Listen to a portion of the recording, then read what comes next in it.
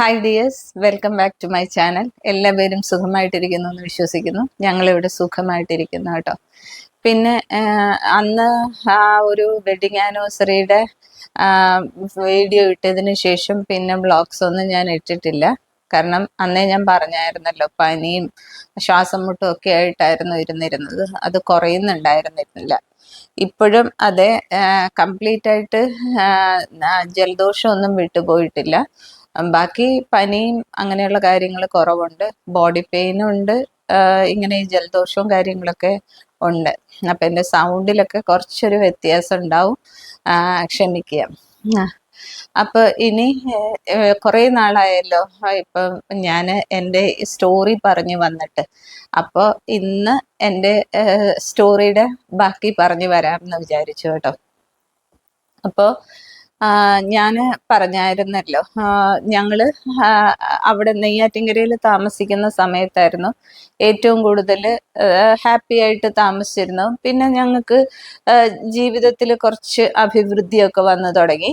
വലിയ ബുദ്ധിമുട്ടും കാര്യങ്ങളൊന്നും ഇല്ലാതെ വന്നു. ഞാൻ പറഞ്ഞായിരുന്നല്ലോ, പിന്നെ വീട് വെക്കാനായിട്ട് സാങ്ഷന് വേണ്ടി ഇങ്ങനെ കൊച്ചുപള്ളിയിലൊക്കെ പോയി പ്രാർത്ഥിച്ചു. അവസാനം വീടിന് സാങ്ഷൻ കിട്ടി. അങ്ങനെ ഞങ്ങൾ മെഡിക്കൽ കോളേജിൽ ഇവിടെ എൻ്റെ മമ്മിക്ക് ഡാഡിക്കും ഇവിടെ പ്രോപ്പർട്ടി ഉണ്ട്. അപ്പം അതിൽ നിന്ന് എൻ്റെ ഭാഗം എനിക്ക് തിരിച്ചു തന്നു. അപ്പോൾ അതിൽ ഞങ്ങൾ വീട് വെക്കാനായിട്ട് തുടങ്ങി. വീട് വെച്ചു. ഒരു വർഷത്തിനുള്ളിൽ തന്നെ വീട് വെച്ച് പൂർത്തിയാക്കാൻ പറ്റി. അത് കഴിഞ്ഞതിന് ശേഷം ലോണും കാര്യങ്ങളൊക്കെ ഉണ്ടായിരുന്നു വീടിന്. എന്നാലും വലിയ കുഴപ്പമില്ലാതെ വീട് വെച്ച് ഇങ്ങനെ താമസമായി. ഞങ്ങൾ 2012 മെയ് 27 വീട്ടിൽ താമസമായത്.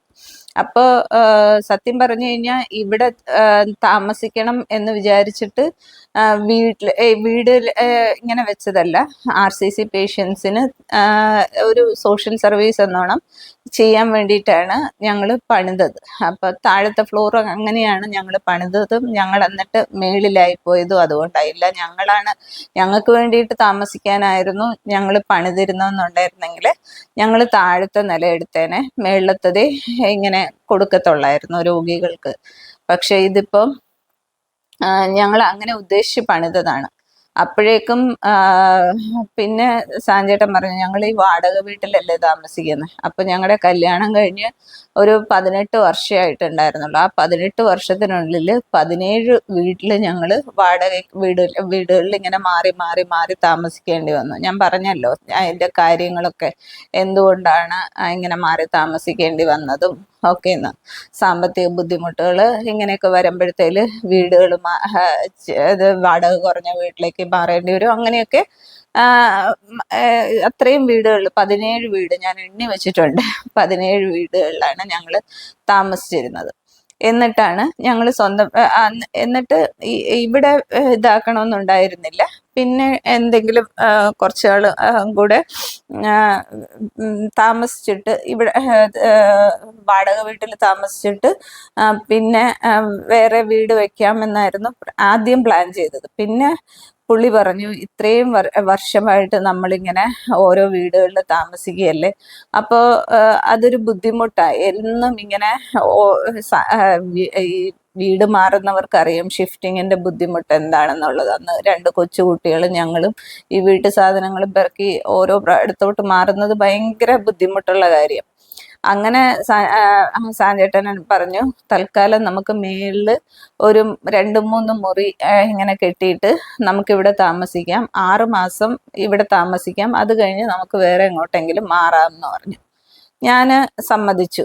കാരണം എനിക്ക് ഇവിടെ താമസിക്കുന്നതിനോട് വലിയ താല്പര്യമൊന്നും ഉണ്ടായിരുന്നില്ല. വേറൊന്നും കൊണ്ടല്ല, ഒന്നാമത് എൻ്റെ വീടിനോട് ചേർന്ന് ഒരു കോമ്പൗണ്ടിൽ തന്നെ 2 വീടുകളും കൂടി ആവുമ്പോഴത്തേലും വേറൊന്നും കൊണ്ടല്ല, നമുക്ക് ഈ കല്യാണം കഴിച്ച് പോയ മക്കൾക്കൊക്കെ എപ്പോഴും അമ്മയും അപ്പനും കുറച്ച് ദൂരെയാണെങ്കിൽ അവരെ വന്ന് കാണാനൊക്കെ ഒരു പ്രത്യേക ഒരു വൈബല്ലേ. തൊട്ടടുത്ത് താമസിക്കുമ്പോഴത്തേലും എപ്പോഴും കണ്ടുകൊണ്ടിരിക്കും. അതൊക്കെ എന്തോ എൻ്റെ ഒരു ബാലിശം സ്വാഭാവികമായ ചിന്തയായിരിക്കാം. പക്ഷെ ഇപ്പൊ ഞാനത് എൻജോയ് ചെയ്യുന്നു നന്നായിട്ട്, മമ്മിയും ഡാഡിയുടെയും അടുത്ത് താമസിക്കുന്നത്. അപ്പൊ അന്ന് ഞാൻ വിചാരിച്ചു കുറച്ച് മാറി നിൽക്കുമ്പോഴേ സ്നേഹം ഉണ്ടാവുള്ളൂ, അങ്ങനെയൊക്കെ വിചാരിച്ചിട്ടാണ് ഞാൻ അന്ന് അതിന് എതിർത്തത്. പിന്നെ മറ്റൊരു കാരണം ഇവിടെ താമസിക്കാൻ ഇഷ്ടമില്ലാതിരുന്നതിൻ്റെത്, ഇവിടെ മുഴുവൻ ഞങ്ങൾക്ക് നെയ്ബേഴ്സ് ആരുമില്ല. താമസിക്കുന്നത് മുഴുവൻ ഇവിടെ ഈ RCC മെഡിക്കൽ കോളേജ്, ശ്രീചിത്ര, ഇതിൻ്റെയൊക്കെ മധ്യത്തിലാണ് ഞങ്ങൾ താമസിക്കുന്നത്. അപ്പോൾ ഇതൊരു ഹോസ്പിറ്റൽ ഏരിയയാണ്. ഈ ഹോസ്പിറ്റൽ ഏരിയയിൽ താമസിക്കുമ്പോൾ ഒത്തിരി ജേംസും കാര്യങ്ങളൊക്കെ ഉണ്ടാവുമല്ലോ, അത് നമ്മൾക്ക് കാണാൻ പറ്റുന്ന കാര്യങ്ങളല്ല അതൊന്നും. അപ്പം അങ്ങനെ ഒരു അറ്റ്മോസ്ഫിയറിൽ ജീവിക്കുമ്പം കുറച്ച് മാനസികമായിട്ടും ബുദ്ധിമുട്ടായിരിക്കും, ശാരീരികമായിട്ടും ബുദ്ധിമുട്ടുണ്ടായിരിക്കും. അത് ഒരു റീസൺ ആയിരുന്നു.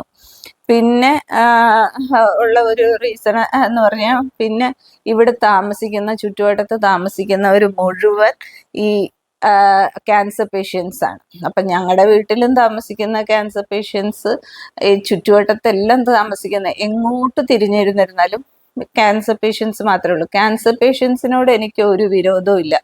കാരണം എന്ന് വെച്ച് കഴിഞ്ഞാൽ രോഗം ആർക്കും എപ്പോഴും വരാം, അതുകൊണ്ട് ഒരു ഇതല്ല. പക്ഷെ ഇവരുടെ ഈ വേദനകളും ദുഃഖങ്ങളും കാണുമ്പോൾ ഞാൻ കുറച്ച് സെൻസിറ്റീവ് ആയിരിക്കുന്നത് കൊണ്ട് തന്നെ എനിക്ക് ഇതൊക്കെ കാണുമ്പോൾ ഭയങ്കരമായിട്ട് പ്രയാസവും വിഷമം വന്നിട്ട് പിന്നെ അതെൻ്റെ മനസ്സിൽ നിന്ന് പോവില്ല. പിന്നെ ഞാൻ കിടക്കുമ്പോഴും ഇരിക്കുമ്പോഴൊക്കെ എനിക്ക് ഇതാണ് ചിന്ത. മീൻസ് ഈ മൂക്കിൽ കൂടെയൊക്കെ ട്യൂബൊക്കെ ഇട്ടിട്ട് അങ്ങനെയൊക്കെ പോകുന്ന ആൾക്കാരുണ്ട്. അപ്പം നമുക്ക് ഇവിടെ നിന്ന് പലതരത്തിലുള്ള ക്യാൻസർ പേഷ്യൻസിൻ്റെ അടുത്ത് ഇടപഴകുന്നുണ്ട് ഞങ്ങൾ. പിന്നെ കുഞ്ഞു വാവകൾക്ക് വരുന്ന ക്യാൻസറുകൾ, അതുങ്ങൾ എന്നിട്ട് വേദന കൊണ്ട് കരയുന്നത്, ഇതൊക്കെ സഹിക്കാനുള്ള ശക്തിയൊന്നും എനിക്ക് ഇല്ല. അപ്പൊ അതുകൊണ്ടൊക്കെ ഞാൻ ഇവിടെ താമസിക്കുന്നതിനോട് എനിക്ക് ഭയങ്കര എതിർപ്പായിരുന്നു. പക്ഷെ വേറെ ഞങ്ങൾക്ക് നിവൃത്തിയില്ലാത്തത് കൊണ്ട് 2-3 മുറി കെട്ടി തൽക്കാലം താമസിക്കാമെന്ന് വിചാരിച്ചത്, മുറിയൊക്കെ കെട്ടി വന്നപ്പോഴത്തേല് അതൊരു വീട് പോലെ തന്നെയായി. നല്ല ഒരുവിധം ഒരു സ്പേഷ്യസ് ആയിട്ടുള്ള ഒരു വീടായി. പിന്നെ അവിടെ താമസിച്ചു തുടങ്ങി. പിന്നെ മാറാം എന്ന് പറഞ്ഞ് നടന്നിട്ട് പിന്നെ അത് നടന്നില്ല കേട്ടോ. അപ്പോൾ അങ്ങനെ കുറച്ച് നാള്, 1 വർഷം കഷ്ടി ഇങ്ങനെ ഞങ്ങള് സന്തോഷമായിട്ട് താമസിച്ചുകൊണ്ടിരുന്നു. സന്തോഷം എന്ന് പറഞ്ഞാൽ ഇങ്ങനെയൊക്കെ കാണുമ്പോൾ വിഷമമാണെങ്കിലും സ്വന്തമായിട്ട് നമുക്കൊരു വീടായി, വാടക വീടല്ല എന്നുള്ള ആ ഒരു സന്തോഷത്തിൽ താമസിച്ചുകൊണ്ടിരിക്കുമായിരുന്നു. ആ സമയത്താണ് മെയ് മാസത്തിൽ, 2013 മെയ് മാസത്തിൽ എനിക്ക് വീണ്ടും വിധിയുടെ ക്രൂര വിളയാട്ടം, എനിക്ക് ക്യാൻസർ വന്നത്. അപ്പോൾ ആദ്യം അറിഞ്ഞില്ല ക്യാൻസർ ആണെന്ന്. കാരണം എൻ്റെ ഫാമിലിയിലോ എൻ്റെ മമ്മിയുടെയോ ഡാഡിയുടെയോ ആരുടെയും ഫാമിലിയിൽ ആർക്കും ക്യാൻസർ വന്നിട്ടില്ല. അപ്പോൾ ഫസ്റ്റ് വിക്ടിം ഞാനായിരുന്നു ക്യാൻസർ. അതുകൊണ്ട് തന്നെ ബ്രസ്റ്റിൽ പെയിനൊക്കെ വന്നിരുന്നപ്പോഴൊക്കെ അതൊന്നും നമ്മൾ കാര്യമാക്കിയില്ല. പിന്നെ കാണിച്ചപ്പോൾ ഡോക്ടറും അതത്ര സീരിയസ് ആയിട്ട് പറഞ്ഞതുമില്ല. അപ്പോൾ ഞങ്ങൾ പിന്നീട് എനിക്ക് ഭയങ്കര പെയിനാണ്. അന്ന് ഞാൻ 2 വീലറൊക്കെ ഓടിക്കുന്ന സമയമാണ്. അപ്പോൾ 2 വീലർ ഓടിക്കുമ്പോഴത്തേല് ഒരു ചെറിയ ഗട്ടറിലോ ഹമ്പിലോ എങ്ങാനും ഒക്കെ വണ്ടി കയറി ഇറങ്ങുന്ന സമയത്ത് എൻ്റെ കൈ ഇങ്ങനെ തളർന്നിട്ട് വണ്ടി മറിയുന്നത് പോലെ തോന്നും. അത്രയ്ക്ക് പെയിനായിരുന്നു.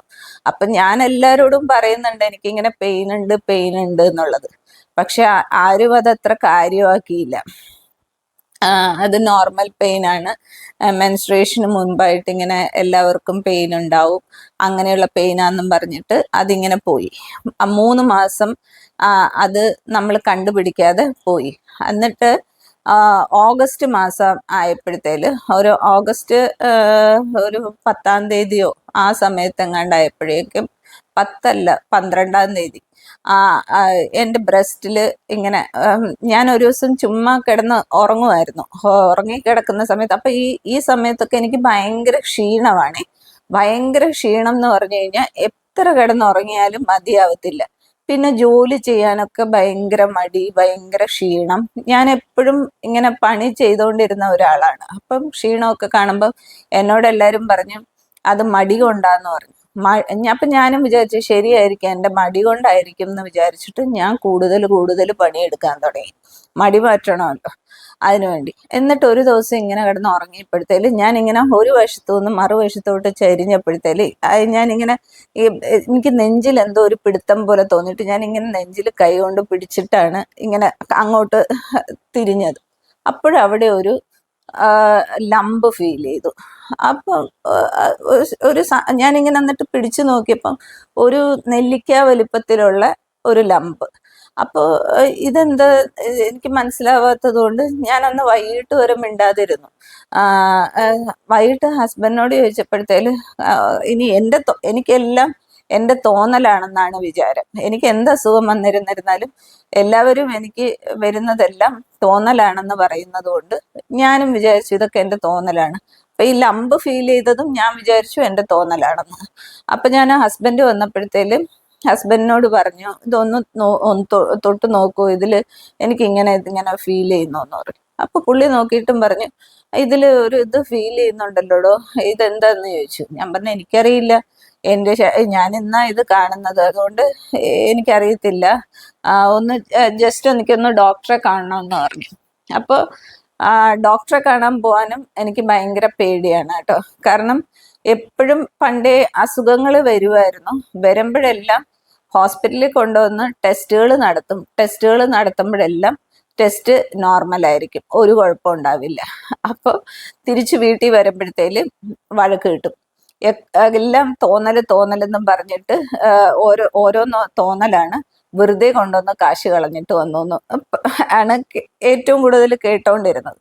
അതുകൊണ്ട് ഹോസ്പിറ്റലിൽ പോകണമെന്നതുകൊണ്ട് കുഴപ്പമില്ല, ടെസ്റ്റ് വല്ലതും ഇവർ എഴുതുമോ, ടെസ്റ്റിൽ കുഴപ്പമൊന്നുമില്ലെങ്കിൽ പിന്നെയും ചീത്ത കിട്ടൂലേ എന്നുള്ള പേടിയായിരുന്നു എനിക്ക്. അപ്പൊ ഞാൻ വീട്ടിൽ പോയിട്ട് എൻ്റെ മമ്മിയുടെ അടുത്തും ഒക്കെ പറഞ്ഞു കഴിഞ്ഞപ്പോഴത്തേലും മമ്മിയും പറഞ്ഞ് ഇത് തോന്നലായിരിക്കും, ഇത് അപ്പുറത്തെ വീട്ടിലേക്ക് പെൺകുട്ടികൾക്ക് ഇങ്ങനെ ഉണ്ട്, അപ്പൊ അവരൊക്കെ ഡോക്ടറിനെ കാണിച്ചു കഴിഞ്ഞപ്പോഴത്തേല് അതൊക്കെ ഇങ്ങനെ നമുക്കൊരു പ്രായം കഴിയുമ്പോഴത്തേലും ഇങ്ങനെ ചെറിയ കഴല പോലെയൊക്കെ വരും, പിന്നെ കൈയൊക്കെ പൊക്കുമ്പോഴത്തേലും ഒക്കെ വേദനയൊക്കെ വരും, ഇത് നിനക്ക് മാത്രമുള്ള കാര്യമൊന്നല്ല എന്നും പറഞ്ഞ് മമ്മിയും എന്നെ ഒഴിവാക്കി വിട്ടു. അങ്ങനെ ഞാൻ എന്തായിരുന്നിരുന്നാലും ഒരു ഡോക്ടറെ കാണാമെന്ന് വിചാരിച്ചു. ഞാൻ ഹോസ്പിറ്റലിൽ പോയി.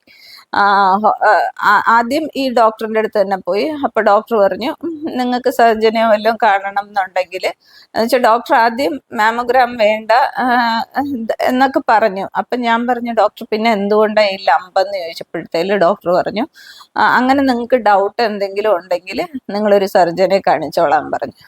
അങ്ങനെ എനിക്ക് പരിചയമുള്ള ഒരു സർജൻ ഉണ്ടായിരുന്നു കോസ്മോയില്. അപ്പോൾ പുള്ളിക്കാരിയെ ഞാൻ കൊണ്ടുവന്ന് കാണിച്ചു. അപ്പോൾ സാധാരണ ഹോസ്പിറ്റൽസിൽ മുഴുവൻ ഞാൻ ഒറ്റയ്ക്കാണ് പോകുന്നത്. അന്നിങ്ങനെ ഒരു ലംബ് കണ്ടതുകൊണ്ട് എൻ്റെ ഹസ്ബൻഡും മമ്മിയും കൂടെ വന്നിരുന്നു. അവരും കൂടെ വന്നു കഴിഞ്ഞപ്പോഴത്തേലും എൻ്റെ ടെൻഷൻ ഡബിളായി. കാരണം എന്താ വെച്ച് കഴിഞ്ഞാൽ ഒന്നുമില്ല എന്ന് ഡോക്ടർ പറയും, ഇവരുടെ വായിരിക്കുന്ന മുഴുവൻ ഞാൻ കേൾക്കണം. ഇതായിരുന്നു എൻ്റെ മനസ്സിലെ ചിന്ത. ആ പേടി കൊണ്ടാണ് പോയത്. അപ്പോൾ അവിടെ ചെന്ന് കഴിഞ്ഞ് ഡോക്ടർ ഇത് കണ്ടു കഴിഞ്ഞപ്പോൾ പറഞ്ഞു ഇത് നമ്മൾ വിചാരിക്കുന്ന പോലത്തെ ഒരു കാര്യമല്ല, എന്തായാലും നിങ്ങൾ ഇമ്മീഡിയറ്റ് ആയിട്ട് മാമോഗ്രാം ചെയ്തിട്ട് വരാൻ പറഞ്ഞു. അത് ഈ ടൈം ഒന്നും എടുക്കരുത്, ഇപ്പൊ തന്നെ ചെയ്തിട്ട് വരണം, എമർജൻസി ആണെന്നും പറഞ്ഞ് ഡോക്ടർ എമർജൻസി എന്ന് എഴുതി തന്ന് മെട്രോ സ്കാൻസിലോട്ട് ഞങ്ങളെ മാമോഗ്രാം ചെയ്യാൻ പോയി. അപ്പോഴും എൻ്റെ ഹൃദയം പടപടാന്ന് ഇടിക്കുകയാണ്. ദൈവമേ, ടെസ്റ്റിന് എഴുതിയിരിക്കുന്നു, അവിടെ ചെല്ലുമ്പോൾ ഒരു കുഴപ്പം ഉണ്ടാവത്തില്ല, 1500 രൂപയാണ് അന്ന് മാമോഗ്രാമിന്. അത് പോയി കിട്ടുമ്പം അതിനുള്ളത് കിട്ടാറായി എന്ന് വിചാരിച്ചിട്ടാണ് ഞാൻ പോകുന്നത്.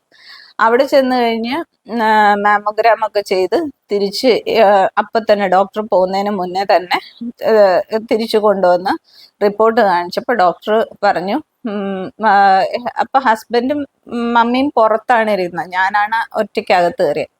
ആരെ കൂടെ വന്നിരിക്കുന്നതെന്ന് ചോദിച്ചു. അപ്പൊ ഞാൻ പറഞ്ഞു ഹസ്ബൻഡും മമ്മിയും ഉണ്ടെന്ന് പറഞ്ഞു, വിളിക്കാൻ പറഞ്ഞു. അങ്ങനെ ഹസ്ബൻഡ് അകത്ത് വന്നു. ഹസ്ബൻഡ് അകത്ത് വന്നപ്പോൾ പറഞ്ഞു ഇത് നമ്മൾ വിചാരിക്കുന്നത് പോലെയല്ല, ഇത് ഉടനെ സർജറി ചെയ്യേണ്ടതാണ്, അപ്പോൾ അതിനു മുമ്പേ എനിക്ക് ഒരു FNAC റിപ്പോർട്ടും കൂടെ കിട്ടാനുണ്ട്. നിങ്ങൾ FNACക്ക് കൊടുത്തിട്ട് നാളെ തന്നെ എന്നെ വന്ന് കണ്ടേ പറ്റുള്ളൂ എന്ന് പറഞ്ഞു. ഇനി ഇതൊന്നും വൈകിക്കരുത്, ഇത് വിചാരിച്ച പോലെ അല്ല. സത്യം പറഞ്ഞു കഴിഞ്ഞാൽ പുറത്തിറങ്ങിയപ്പോൾ എനിക്കൊരു ആശ്വാസമായി. കാരണം എന്തോ ഉണ്ട്, അപ്പം പൈസ വെറുതെ ആയില്ല എന്നുള്ള ഒരു സമാധാനത്തിലാണ് ഞാൻ വന്നത്. കാരണം അങ്ങനെ കുട്ടിക്കാലം മുതൽ കേട്ട് കേട്ട് കേട്ട് വരുന്ന ഒരാളുടെ മനസ്സിൽ തോന്നുന്ന ഒരു കാര്യമാണ് അങ്ങനെ വന്നതാണ്. അങ്ങനെ വന്നു. അത് വന്നു കഴിഞ്ഞിട്ട് പിന്നെ അന്ന് തന്നെ FNAC ചെയ്തു. പിറ്റേ ദിവസം റിപ്പോർട്ട് കിട്ടിയപ്പോഴത്തേല് ഡോക്ടർ, അപ്പോൾ ഹസ്ബൻഡും കൂടെ വന്നു. ഹസ്ബൻഡ് വന്നു കഴിഞ്ഞപ്പോൾ പറഞ്ഞു, ഇത് ക്യാൻസർ ആണ്, പേടിക്കാനൊന്നുമില്ല, തുടക്കമാണ്, നമുക്കിത് ട്രീറ്റ് ചെയ്യാവുന്നേ ഉള്ളൂ, പെട്ടെന്ന് സർജറി നടത്തണം. അതിനു മുമ്പേ, സർജറി നടത്തുന്നതിന് മുമ്പേ നമുക്കൊരു ഓൺകോളജിസ്റ്റിന്റെ ഒപ്പീനിയൻ എടുക്കണം. അതിന് ഇവിടെ കിംസിൽ ഒരു ഡോക്ടർ ജയദേവനോ അങ്ങനെ എന്തോ ഒരു പേരുള്ള ഡോക്ടറിന്റെ ഇത് അവിടോട്ട് തന്നെ റെഫർ ചെയ്തു. അത് കേട്ട് കഴിഞ്ഞപ്പോഴത്തേല് ഹസ്ബൻഡ് ഒരു വെറുതെ, ചിലപ്പോൾ ഫസ്റ്റ് ഒപ്പീനിയൻ അല്ലേ, അത് കറക്റ്റ് ആവണമെന്നൊന്നും ഇല്ലല്ലോ, ഒരു ഡോക്ടർ പറഞ്ഞതുകൊണ്ട് അത് ക്യാൻസർ ആവണമെന്നൊന്നും ഇല്ലല്ലോ എന്നുള്ള ഒരു ഭാവം ഉണ്ടായിരുന്നു. എന്നാലും മുഖത്തൊരു ചെറിയ ഒരു ഇത് കാണുന്നു, പേടിയും ഉള്ളതുപോലെ തോന്നി. അത് കഴിഞ്ഞ് മമ്മിയുടെ അടുത്ത് വന്നു. മമ്മി ചോദിച്ചു, എന്ത് പറഞ്ഞു എന്ന് ചോദിച്ചപ്പോഴത്തേല് ഞാൻ ഒറ്റ ചാട്ടത്തിൽ പറഞ്ഞു, എനിക്ക് ക്യാൻസറാ. ഭയങ്കര സന്തോഷത്തോടെയാണ്. കാരണം എന്ന് വെച്ച് കഴിഞ്ഞാൽ എൻ്റെ ചിന്ത ഇവർക്ക് അങ്ങനെ തന്നെ വേണം. അപ്പോഴും എനിക്ക് ഞാൻ ഈ രോഗം കൊണ്ട് ബുദ്ധിമുട്ടാൻ പോകുന്നു എന്നല്ല ഞാൻ വിചാരിച്ചത്. ഇവരൊക്കെ അല്ലേ ഞാൻ ഇത്രയും നാൾ പറഞ്ഞു നടന്നതല്ലേ എനിക്ക് വയ്യ എന്നുള്ളത്. അപ്പൊ എൻ്റെ അടുത്ത് എല്ലാവരും തോന്നൽ എന്ന് പറഞ്ഞ് ഇത് ഇങ്ങനെ ആക്കിയതല്ലേ. അപ്പോൾ ഇവർക്ക് അങ്ങനെ തന്നെ വേണം, എനിക്ക് ക്യാൻസറാ എന്നും പറഞ്ഞിട്ട് ഞാൻ കൂളായിട്ട് മമ്മിയുടെ അടുത്ത് പറയും. മമ്മി ഇത് കേട്ടതും മമ്മി കരയാൻ തുടങ്ങി. എനിക്ക് കരച്ചിലും വന്നില്ല, ഒന്നും വന്നില്ല. കാരണം ഞാൻ അനുഭവിക്കാൻ പോകുന്നത് എന്താണെന്ന് എനിക്ക് അറിയത്തില്ല. ക്യാൻസർ എന്നൊക്കെ ഞാൻ കേട്ടിട്ടേ ഉള്ളൂ, അനുഭവിച്ചിട്ടില്ലല്ലോ, അതുകൊണ്ട് എനിക്ക് അറിയത്തില്ലായിരുന്നു. അപ്പോൾ ഞങ്ങൾ നേരെ ഇവിടെ പോയി, കിംസിൽ പോയി. അവിടുന്ന് ഡോക്ടർ പരിശോധനകൾ നടത്തി കഴിഞ്ഞിട്ട് പറഞ്ഞു, ഇത് സെക്കൻഡ് സ്റ്റേജ് ആയി എന്ന് പറഞ്ഞു ക്യാൻസർ. അത് കേട്ട് കഴിഞ്ഞപ്പോഴാണ് ശരിക്കും പറഞ്ഞു കഴിഞ്ഞാൽ എൻ്റെ ഹസ്ബൻഡ് ശരിക്കും പേടിച്ച് വിറച്ചു പോയത്. കാരണം ഒരിക്കലും ഒരു മനുഷ്യനും എക്സെപ്റ്റ് ചെയ്തില്ല, എക്സ്പെക്ട് ചെയ്തിട്ടില്ലായിരുന്നു ഇങ്ങനെ ഒരു ക്യാൻസർ നമുക്ക് വരും എന്നുള്ളത്. എന്നിട്ട് പിന്നെ വീട്ടിൽ കൂട്ടക്കരച്ചിലായി, ബഹളമായി, ഇതായി. അവസാനം ഇവിടെ വീട്ടിൽ വന്നതിന് ശേഷം എനിക്ക് കരച്ചിലൊന്നും വരുന്നില്ല. ഇവരെല്ലാരും കൂടെ കാണുമ്പോഴാണ് എൻ്റെ വിഷമം മുഴുവൻ. ഇവരിങ്ങനെ കിടന്ന് കരയുന്നില്ല. ഞാനാണ് എല്ലാവരെയും പോയി എന്നിട്ട് ആശ്വസിപ്പിച്ചുകൊണ്ടിരിക്കുന്നത്. നിങ്ങൾ വിഷമിക്കണ്ട, ഒന്നുമില്ല എന്ന് പറഞ്ഞു. അപ്പോഴ് പിന്നെ നമ്മൾ അടുത്ത ഉടനെ ട്രീറ്റ്മെന്റ് തുടങ്ങണമല്ലോ. ട്രീറ്റ്മെന്റ് എവിടെ നടത്തണം എന്ന് ആലോചിച്ചുകൊണ്ടിരുന്നപ്പോൾ ഇപ്പൊ ഞങ്ങള് RCCയുടെ താഴെയാണല്ലോ താമസിച്ചത്. ഇപ്പൊ എനിക്ക് തോന്നുന്നു ചിലപ്പം എനിക്ക് ഈ രോഗം വരാൻ വേണ്ടിയിട്ടായിരിക്കാം ദൈവം ഞങ്ങളെ ഇവിടെ തന്നെ കൊണ്ടുവന്ന് താമസിപ്പിച്ചത്. ഇവിടെ താമസിച്ച് അപ്പം തൊട്ടടുത്ത ആശുപത്രിയൊക്കെ ഉള്ളത് കണ്ടിട്ടായിരിക്കാം. ചില സമയത്ത് വിഷമം തോന്നും. എപ്പോഴും ഞാൻ പറയാറുണ്ട്, ഇവിടെ വന്ന് താമസിച്ചിട്ടാണ് എനിക്ക് ഈ അസുഖം വന്നതെന്ന് ഞാൻ പറയാറുണ്ട്. അത് മനഃപൂർവ്വം അല്ല, പക്ഷെ ഞങ്ങൾ വന്ന താമസമായി 1 വർഷം ആയപ്പോഴേക്കും ഇങ്ങനെ ഒരു അസുഖവും കൂടെ വന്നു. അപ്പം ഒരു മനുഷ്യർക്ക് ഇങ്ങനെയൊക്കെയുള്ള ഒരു അസുഖവും ഇതൊക്കെ വരുമ്പോൾ മനസ്സിൽ പല ചിന്തകളല്ലേ. അങ്ങനെ വന്നുപോയ ഒരു ചിന്തയാണ്. ഇവിടെ താമസിച്ചുകൊണ്ടൊന്നും അല്ല എനിക്ക് അസുഖം വന്നത്. എത്രയോ ദൂരെ താമസിക്കുന്ന എത്രയോ ആളുകൾക്ക്, എവിടെ നിന്നെല്ലാം ആളുകൾ ക്യാൻസറുമായിട്ട് ഇവിടെ വരുന്നു. അതുകൊണ്ട് അതൊന്നും അല്ല, അതിൻ്റെ ഒരു ബാലിശമായ ചിന്തയായിരുന്നു. അപ്പൊ അത് കഴിഞ്ഞിട്ട് പിന്നെ ട്രീറ്റ്മെന്റ് നോക്കണമല്ലോ എന്താണെന്നുള്ളത്.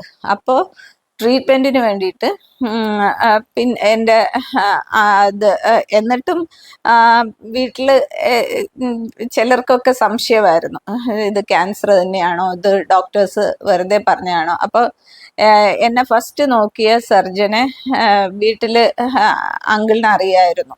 അപ്പൊ അങ്കിള് പോയിട്ട് ചോദിച്ചു, ഇങ്ങനെ ഇത് സത്യമാണോ എന്ന് ചോദിച്ചു. അപ്പൊ അങ്കിള് ഡോക്ടർ പറഞ്ഞു, എനിക്ക് എൻ്റെ പേഷ്യൻസിൻ്റെ ഹിസ്റ്ററി മറ്റൊരാളുടെ അടുത്ത് റിവീൽ ചെയ്യാൻ പറ്റത്തില്ല. ഒന്നുകിൽ പേഷ്യൻ്റ് അല്ലെങ്കിൽ പേഷ്യൻറ്റിൻ്റെ ഏറ്റവും വേണ്ടപ്പെട്ടവർ വന്നാലേ ഞാൻ പറയത്തുള്ളൂ എന്ന് പറഞ്ഞു. അങ്ങനെ ഹസ്ബൻഡും കൂടെ പോയപ്പോഴത്തേല് പുള്ളിക്കാരി പറഞ്ഞു, ഇങ്ങനെയാണ് സംഭവം, ഇതാണ്, ഡോക്ടർ എന്നെ വിളിച്ചിരുന്നു, സെക്കൻഡ് സ്റ്റേജ് ആണ്, നിങ്ങൾ എത്രയും വേഗം ട്രീറ്റ്മെൻറ്റ് ആരംഭിക്കണം എന്ന് പറഞ്ഞു. അങ്ങനെ അങ്കിളിന് പരിചയമുള്ള ഡോക്ടറായിരുന്നു, ഞങ്ങളുടെ ഒരു നെയ്ബറായിരുന്നു. ഞാൻ നേരത്തെ പറഞ്ഞിട്ടുണ്ടായിരുന്നു RCCയിലെ എന്നെ കുറേ കഷ്ടപ്പെടുത്തിയ ഡോക്ടർ. അപ്പം ആ നെയ്ബർ, അപ്പം അങ്കിളിനും മമ്മിക്കും ഒക്കെ ചെറുപ്പം മുതലേ ഡോക്ടറിനെ അറിയാം. എന്നെ ഒന്നും ഡോക്ടർ കണ്ടിട്ടില്ല, എനിക്കൊന്നും അത്ര പരിചയമില്ല. ഞാൻ ആദ്യമായിട്ട് ഡോക്ടറിനെ കാണുന്നത് RCCയിൽ വെച്ചാണ്. അപ്പോൾ ആദ്യം ഞങ്ങൾ തീരുമാനിച്ചത് ഗംഗാധരൻ ഡോക്ടറിൻ്റെ അടുത്ത് പോവാമെന്നൊക്കെയായിരുന്നു. അപ്പോഴേക്കും പോവാതിരുന്നതിൻ്റെ കാരണം എറണാകുളത്ത് പോയിട്ട് വേണം ട്രീറ്റ്മെൻറ്റ് നടത്താൻ. പിന്നെ ഇവിടെ മൂത്ത മോള് എൻജിനീയറിങ്ങിന് ജസ്റ്റ് ചേർന്നിട്ടേ ഉള്ളൂ. അവള് കോളേജിൽ 4-ാം തീയതി ചേരുന്നു, ഓഗസ്റ്റ് 4-ാം തീയതി ചേരുന്നു, ഓഗസ്റ്റ് 15-ന് എനിക്ക് ക്യാൻസർ എന്നറിയുന്നു. അപ്പൊ അവളുടെ കാര്യം നോക്കാൻ ആരുമില്ല, കാരണം അവള് കുറച്ച് ദൂരെയുള്ള കോളേജിലാണ് പഠിച്ചിരുന്നത്. പിന്നെ രണ്ടാമത്തെ മോള് 10th. അപ്പോൾ എന്ത് ചെയ്യാൻ പറ്റും? ഞാനും ഹസ്ബൻഡും ഒരുമിച്ച് പോയ പിള്ളേരെ നോക്കാൻ പിന്നെ വേറെ ആരുമില്ല. അപ്പോൾ ഞങ്ങൾ തീരുമാനിച്ചു ഇവിടെ തന്നെ RCCയിൽ തന്നെ ട്രീറ്റ്മെൻറ്റ് ചെയ്യാമെന്ന് വിചാരിച്ചു. അങ്ങനെ ഈ ഡോക്ടറിനെ പോയി കണ്ടു. കണ്ടു കഴിഞ്ഞപ്പോഴത്തേല് ഡോക്ടർ പറഞ്ഞു, ഒന്നുകൊണ്ടും പേടിക്കാനില്ല, നിങ്ങൾ ധൈര്യമായിട്ട് ആളെ എൻ്റെ മുന്നേ കൊണ്ടുവരൂ, എനിക്ക് റിസൾട്ട്സ് ഒന്നും കാണണ്ട, ഞാൻ പരിശോധിച്ച് നോക്കിയിട്ട് ഞാൻ പറയാമെന്ന് പറഞ്ഞു. എന്നിട്ട് നിങ്ങൾ RCCയിലെ ഫയൽ എടുത്താൽ മതി എന്ന് പറഞ്ഞു. ഞങ്ങൾ പോയി ഡോക്ടറിനെ കണ്ടു. ഡോക്ടർ പരിശോധിച്ച് കഴിഞ്ഞപ്പോഴത്തേല് കൺഫേം ചെയ്ത് ഡോക്ടർ പറഞ്ഞു, ഇത് ക്യാൻസർ ആണ്, പക്ഷെ സ്റ്റേജ് നമുക്ക് മറ്റൊരിടത്തുനിന്ന് പറഞ്ഞ് ഇത് പോരാ, അല്ലാതെ തന്നെ നമുക്ക് അറിയണം, അതിവിടുന്ന് തന്നെ അതിൻ്റെ ബയോപ്സി ചെയ്യണം എന്ന് പറഞ്ഞു.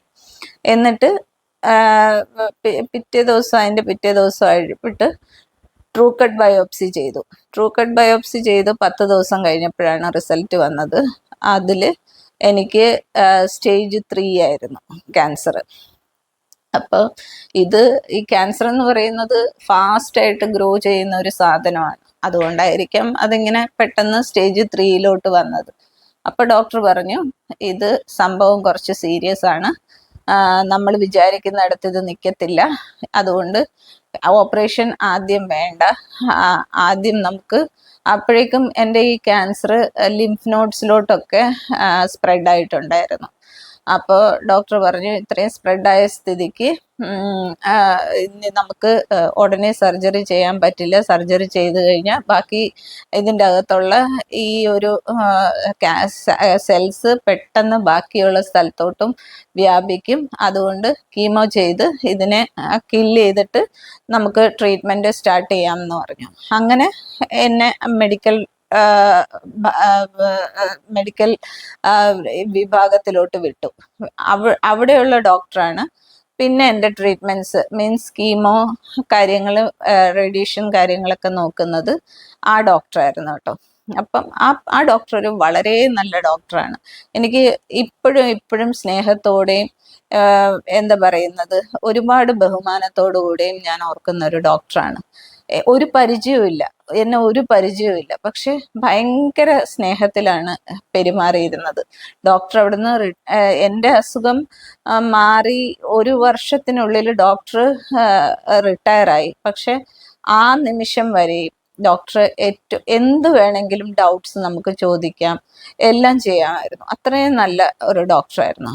ബട്ട് എൻ്റെ സർജൻ്റെ അടുത്ത് എനിക്ക് അങ്ങനെ ഡൗട്ട്സ് ഒന്നും ചോദിക്കാൻ പറ്റില്ല. ഡൗട്ട്സ് ചോദിച്ചു കഴിഞ്ഞാൽ, നിങ്ങൾ എന്താ ഡോക്ടറാണോ, നിങ്ങൾക്ക് ഇതിനെക്കുറിച്ച് എന്തറിയാം എങ്കിൽ ഇതിനെക്കുറിച്ചുള്ള ഒരു ഇത് പറയൂ, ഈ ഇതിൻ്റെ ഇത് എന്താണ് എന്നൊക്കെ പറഞ്ഞിട്ട് മെഡിക്കൽ ടേംസും കാര്യങ്ങളൊക്കെ നമ്മുടെ അടുത്ത് ചോദിച്ചിട്ട് അതിനെപ്പറ്റി നമ്മളോട് പറയാൻ പറയും. നമുക്കിത് വല്ലതും അറിയാവോ? അപ്പം അങ്ങനത്തെ ഒരു ക്യാരക്ടറായിരുന്നു ഡോക്ടറിൻ്റെ. പക്ഷെ പുള്ളി ട്രീറ്റ്മെൻറ്റിൽ ഭയങ്കര ആത്മാർത്ഥതയായിരുന്നു. നല്ല സ്നേഹമായിട്ട്, ആദ്യം ഇത്രയും സീരിയസ് ആയിട്ടുള്ള ഒരു പേഷ്യൻ്റ് ആയിരുന്നതുകൊണ്ട് നല്ല സ്നേഹത്തിലുമായിരുന്നു ആദ്യമൊക്കെ പെരുമാറിയിരുന്നത്. പിന്നീടാണ് പുള്ളിയുടെ സ്വഭാവം മാറാൻ തുടങ്ങിയത്.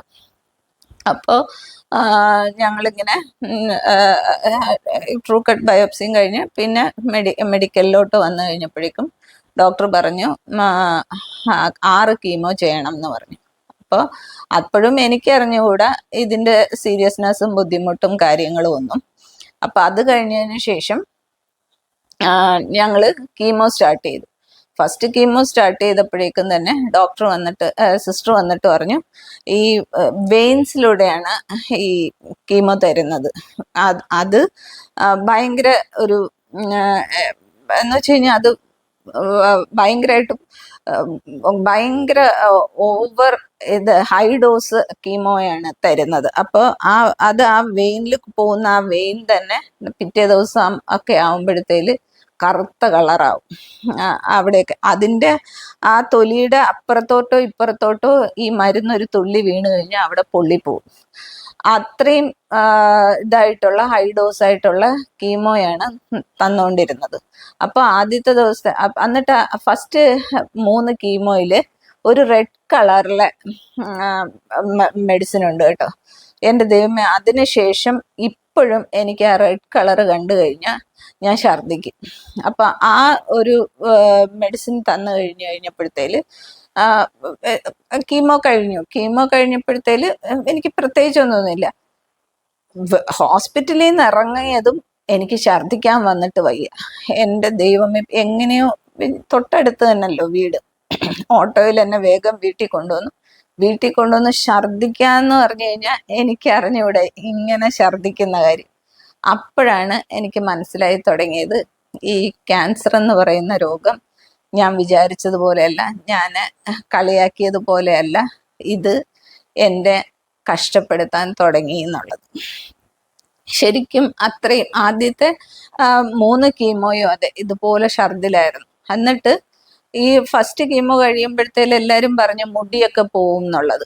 പക്ഷെ എനിക്ക് ആദ്യത്തെ കീമോ കഴിഞ്ഞ് മുടിയൊന്നും പോകുന്നില്ല. അപ്പൊ ഞാൻ വിചാരിച്ചു സേഫായി, മുടി പോകത്തില്ല. കാരണം എൻ്റെ ശരീരത്തിൽ എനിക്ക് ഏറ്റവും ഇഷ്ടം എൻ്റെ മുടിയായിരുന്നു. കാരണം മുടി അധികം ഒന്നും ഇല്ലെങ്കിലും മുടീനെയായിരുന്നു ഞാൻ ഏറ്റവും കൂടുതൽ കെയർ ചെയ്ത് കൊണ്ട് നടന്നിരുന്നത്. ഹോട്ട് ഓയിൽ മസാജോ സ്പായോ എന്തെങ്കിലുമൊക്കെ ചെയ്തിട്ട്, കാരണം ഉള്ള മുടിയെ കെയർ ചെയ്ത് കൊണ്ട് നടക്കുമായിരുന്നു. എനിക്ക് മുടി ഭയങ്കര ഇഷ്ടമാണ്. അതുകൊണ്ട് മുടിക്ക് ഒന്നും സംഭവിക്കാതിരുന്നപ്പോൾ ഞാൻ ഹാപ്പി ആയിരുന്നു. ഒന്നും പോകുന്നില്ല. 10 ദിവസം കഴിഞ്ഞപ്പോഴേക്കും കൊണ്ട് എൻ്റെ മുടി ഇങ്ങനെ കട്ടയ്ക്ക് കംപ്ലീറ്റ് ആയിട്ട് ഊരി വരാൻ തുടങ്ങി തലേന്ന്. എൻ്റെ ദൈവമേ, ആ ഒരു രംഗമൊന്നും ചിന്തിക്കാൻ പറ്റുന്നില്ല. കംപ്ലീറ്റ് ഊരി പോന്നിട്ട് അവിടെ ആയിട്ട് ഇങ്ങനെ കുറച്ച് 1-2 മുടി വെച്ചിട്ട് ഇങ്ങനെ ഇത്. ശരിക്കും പറഞ്ഞാൽ ഒരു സിനിമയില് ഇത് നമ്മുടെ പ്രിയാമണി ഒരു സിനിമയിൽ അഭിനയിച്ചപ്പോഴത്തേല് അവളുടെ ആ ഒരു രൂപം കാണിക്കുന്നുണ്ട്, ക്യാൻസർ വന്നിട്ടുള്ള ആ സെയിം രൂപത്തിൽ ആയിരുന്നു ഞാൻ. എനിക്ക് ഏറ്റവും കൂടുതൽ വിഷമം തോന്നിയതും എൻ്റെ മുടി പോയപ്പോഴാണ്. എന്നിട്ട് പിന്നെ അത് ബാക്കി അങ്ങനെ വെച്ചിട്ട് നമുക്ക് നടക്കാൻ പറ്റില്ല. അങ്ങനെ കണ്ടു കഴിഞ്ഞാൽ ആർക്കും സഹിക്കാൻ പറ്റത്തില്ല, എല്ലാവർക്കും സങ്കടമായിരുന്നു. പിന്നെ എൻ്റെ അനിയൻ വന്നിട്ട് പറഞ്ഞു, ഇത് പുറത്താരും എൻ്റെ ചേച്ചിയുടെ തലയിൽ ഇനി കൈവയ്ക്കണ്ട, ഞാൻ എടുത്ത് കളഞ്ഞോളാന്നും പറഞ്ഞിട്ട് അവനാണ് എൻ്റെ മുടി പിന്നെ കംപ്ലീറ്റ് ആയിട്ട് ഷേവ് ചെയ്ത് കളഞ്ഞത്. അപ്പം മുടി ഇങ്ങനെ കട്ടയ്ക്ക് ഇളകി വന്നതുകൊണ്ട് ഈ മുടി സൂക്ഷിക്കാനോ ഒന്നും പറ്റിയില്ല. ആദ്യമേ എന്നാ ഇത് പോവുന്നുള്ള ഇതിൽ കട്ട് ചെയ്ത് മാറ്റിയിരുന്നെങ്കിൽ അതെനിക്ക് വിഗായിട്ട് പിന്നെ എടുക്കാമായിരുന്നു. പക്ഷെ അതറിഞ്ഞുകൂടാത്തത് കൊണ്ട് ഇത് കംപ്ലീറ്റ് ആയിട്ട് ഇങ്ങനെ കട്ടക്കിളകി വന്നപ്പോൾ നമുക്ക് പിന്നെ അത് റീയൂസ് ചെയ്യാൻ പറ്റിയില്ല. മുടി കളയാനേ പറ്റുള്ളൂ. കുറേ നാൾ ഞാൻ മുടി ഇങ്ങനെ പേപ്പറിൽ മടക്കിയൊക്കെ വെച്ച് നോക്കിയിരുന്നു. പക്ഷെ അത് കാണുമ്പോൾ ഞാൻ കരയുന്നത് കൊണ്ട് പിന്നീട് അത് അവര് മാറ്റി, എൻ്റെ അടുത്തുനിന്ന് മാറ്റി, വീട്ടിൽ ഹസ്ബൻഡും പിള്ളേരും. അങ്ങനെ 3 കീമോ കഴിഞ്ഞു. അടുത്ത 3 കീമോയായിരുന്നു എൻ്റെ ദൈവമേ, അത് പറഞ്ഞറിയിക്കാൻ പറ്റത്തില്ല, അത്രയും പെയിൻഫുൾ ആയിട്ടുള്ള ഒരു കീമോ ആയിരുന്നു. അതിനെക്കുറിച്ച് ഞാൻ അടുത്ത എൻ്റെ സ്റ്റോറിയിൽ പറയാം. അടുത്ത ഈ 3 കീമോ കഴിഞ്ഞല്ലോ, 4ാമത്തെ കീമോ മുതലുള്ളതും പിന്നെയുള്ള കാര്യങ്ങളും ഞാൻ അടുത്ത വീഡിയോയിൽ പറയാം. അപ്പോൾ ഇന്നത്തെ വീഡിയോ ഞാൻ ഇവിടെ കൊണ്ട് സ്റ്റോപ്പ് ചെയ്യാണ്. വീഡിയോ എല്ലാവരും കണ്ടിട്ട് അഭിപ്രായങ്ങളൊക്കെ പറയുക. പിന്നെ ആദ്യമായിട്ടാണ് വീഡിയോ കാണുന്നതെങ്കിൽ വീഡിയോ ഒന്ന് സബ്സ്ക്രൈബ് ചെയ്തേക്കുക. പിന്നെ കണ്ടുകൊണ്ടിരിക്കുമ്പോൾ തന്നെ നിങ്ങൾ ആ ലൈക്ക് ബട്ടൺ ഒന്ന് പ്രസ് ചെയ്തേക്കുക. നിങ്ങളുടെ കമൻസ് ഒക്കെ അറിയിക്കുക. കമൻസ് ഇട്ട് കഴിയുമ്പോഴത്തേൽ ഞാൻ പറയുന്ന കാര്യവുമായിട്ട് ഒരു ബന്ധവും ഇല്ലാതെ ഇങ്ങനെ നെഗറ്റീവ് കമൻസ് എഴുതാൻ വേണ്ടി മാത്രം ഉള്ളവർ ദയവ് ചെയ്തിട്ട് കമൻറ്റ് ചെയ്യാതിരിക്കുക. എനിക്ക് അത്രേ പറയാനുള്ളൂ. കാരണം നമ്മൾ അങ്ങനെയൊന്നും പറഞ്ഞിട്ടുണ്ടാവില്ല, അല്ലെങ്കിൽ നമ്മൾ ചിന്തിച്ചിട്ടില്ലാത്ത കാര്യമായിരിക്കും ഇവർ പറയുന്നത്. ഇവർക്ക് ജസ്റ്റ് ഒന്ന് കമന്റ് ഇട്ടിട്ട് നമ്മളെ ഒന്ന് വിഷമിപ്പിക്കുക, അത്രേ ഉള്ളൂ ഉദ്ദേശം. പക്ഷെ അത് ഒരു മനുഷ്യന്റെ മനസ്സിനെയാണ് വേദനിപ്പിക്കുന്നത്. അപ്പൊ അങ്ങനെ ചെയ്യാതിരിക്കുക. അപ്പോൾ ഇന്നത്തെ വീഡിയോ ഇത്രയേ ഉള്ളൂ. അപ്പൊ അടുത്ത വീഡിയോ ആയിട്ട് ഞാൻ ഉടനെ തന്നെ വരുന്നതായിരിക്കും. അതുവരേക്കും bye bye, take care, love you all.